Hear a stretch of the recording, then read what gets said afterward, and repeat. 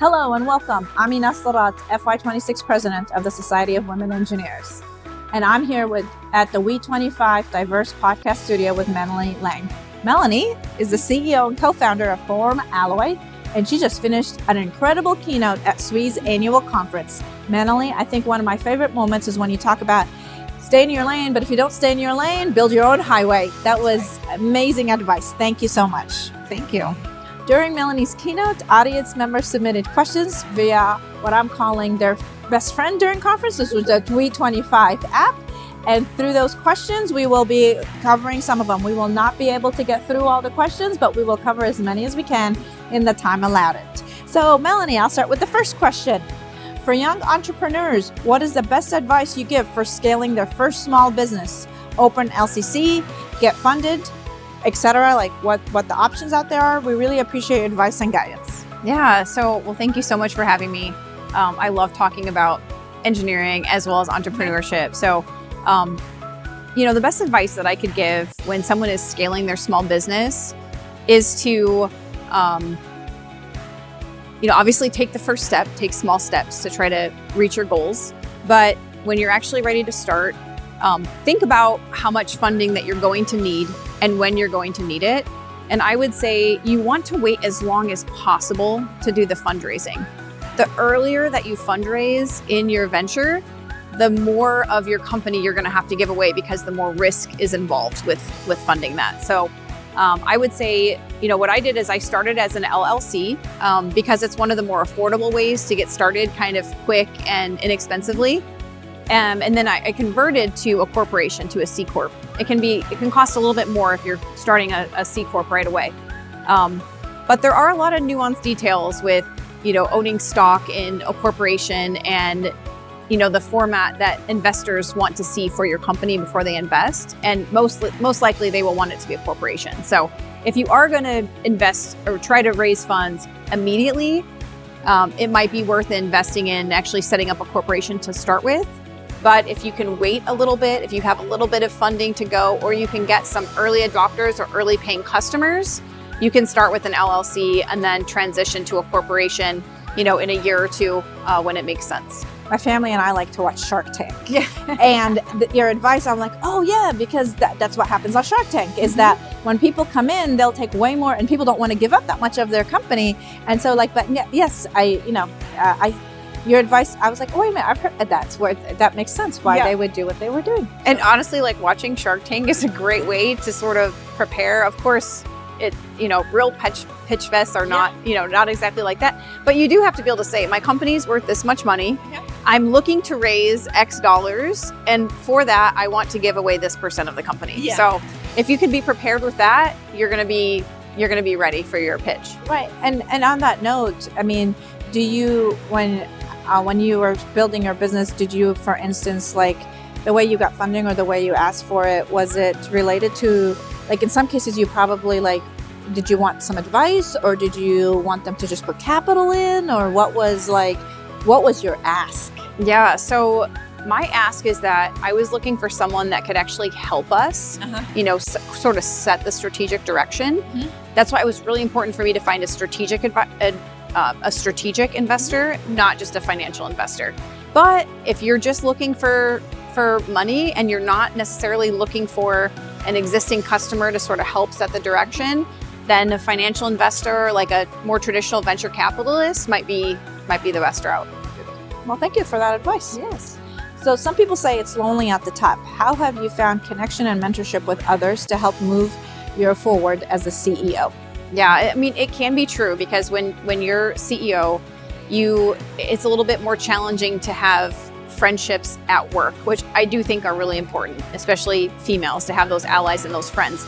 And it was actually a lot easier for me to do that when I was at large organizations like Lockheed Martin and Boeing, because it's much larger. But running my own company, I like to be friendly and I have a good relationship with all the employees, but it's more challenging to have those deep friendships internal to the company. So yes, absolutely. My network of friends and family is absolutely crucial. I have a few friends in the industry and we're on this running group chat.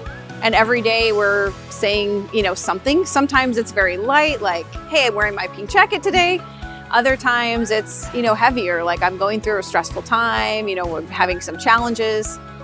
So absolutely having those people that you can rely on, that you've built those relationships with is crucial. And I will say, we'll get back to your pink jacket in a little bit, but I was going to say, I do agree. And that's actually one of the things about, as like I've moved up within my company, is one of the things you learn is like, I like having friends at work. It's, it's what gives you connection and what brings you back to work, right? Like it's what, like, yes, I'm going to go to work today and go meet with people and talk to them, right? But as you go up, even within a leadership role, not just at the CEO level, is as you go up the chain, you have to remember that these are, as one of the comments I made to someone one day, I'm not your friend, I'm your boss. And it sometimes does seem to come off as cold, but it's intended to be, is you are their manager and you are there to support them and you are there to also make sure everyone's a success. But in the end, you can't be their best friend. Right. And so because in the end you have to make the decisions. And that happens as you go up. And then I can just see at the CEO level, that's like, to the nth level of that kind of relationship. Yeah. So I do understand, and it's something you learn, as I've gone through my career, something I've learned as I've gone up as I've gotten promoted and held different positions within my company. And so I think some of it just also depends on like what your past history is, and doing that. So I could, so I agree with you. I love your advice, because if for someone, for instance, who hasn't had the opportunity to rise through the ranks of a company, then that might be a little bit of adjustment versus them starting as a CEO of a company. And especially if they start the company with a group of friends or a group of friends at work, right? People they met at work, but then they're now the manager, so they have to lead. And there's certain things between being the CEO and being the people who report to the CEO. Right. So thank you for your advice on that. So can you elaborate on your strategies for pinpointing those strategic investors and balancing the ownership of your technical and business vision? Yeah, I think that's one of the most challenging, sort of strategy to figure out, is what type of investors do you want and how involved do you want them to be? And then finding the match and the right people. So I would say the best advice that I have is cast a wide net. So you want to have ideas in mind of the type of people or companies that you want to invest in your business, but make sure that you take a lot of time, and it's going to probably take longer than you think. So when I started fundraising, it was about 1.5 years before the deal was closed. And really the first year was just talking to probably hundreds of investors, to be honest, until we found the right group. And then we were down to sort of one strategic investor and one more traditional VC type of investor. And we were planning on doing a deal together, which is also really common. You can bring in some angel investors, some venture capitalists. You can sort of pick what you want your round to look like and who's going to invest in that.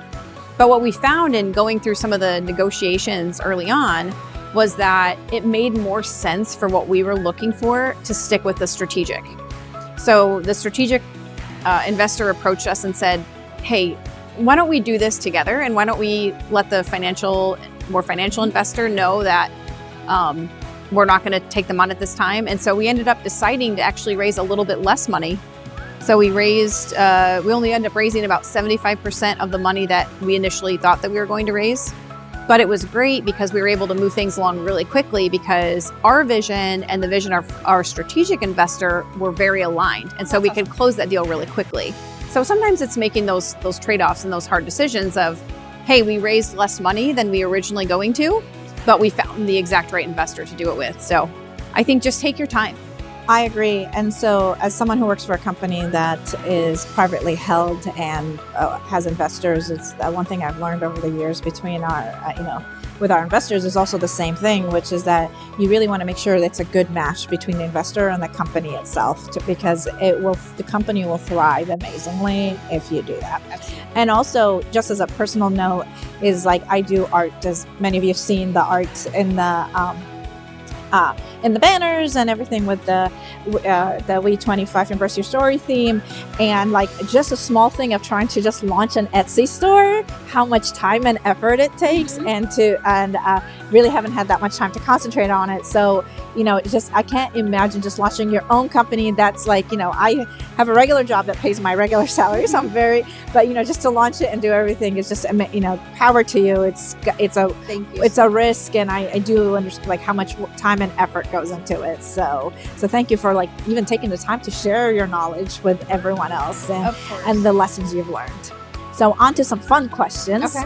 What people want to know, where did you get your pink blazer from? So this pink blazer is actually from Zara. Okay. And I just want to mention one thing that I love about it. It actually has little buttons so you can take off the feathers off the sleeve. So I did wear it the first time as the Keynote with the feathers, but I've also worn it without the feathers when I didn't feel like wearing it. So I do love it. It's fabulous. And I was noticing your nail polish color because I love that color. And you told me the name of it, and I love the name so much. So it's called Madam President. So thank you. I love this color too. And my nail tech, who she was like, she's well aware of like what I do for SWE, and she saw this color and she was like, we have to get it for you we have to get it for you. And so she was like, we'll get it for you, just so conference week you'll have Madam President nails. I love it. Thank you. And I love it because I love your pink, and like this is a shade of pink as well. But yes, I'm a big fan of pink. You can see I have a different a dusty pink on today. Yes, beautiful. Thank you. No, you look amazing. The pink was the ruffle, like the feathers, everything is wonderful. So thank you for much for sharing your passion, your inspiration, for bringing your authentic self to the stage. And thank you so much for just doing this. It's and sharing it. As you can tell from the questions, a lot of people had we would like to pick your brain. So thank you. Yeah, thank you. Thank you, Melanie, once again. What an amazing and inspirational morning keynote for our second day of conference. And it's truly about embracing your story. And to all our SWE community watching, please note you can see Melanie's full video of her keynote presentation on SWE's Advanced Learning Center at advancedlearning.swe.org.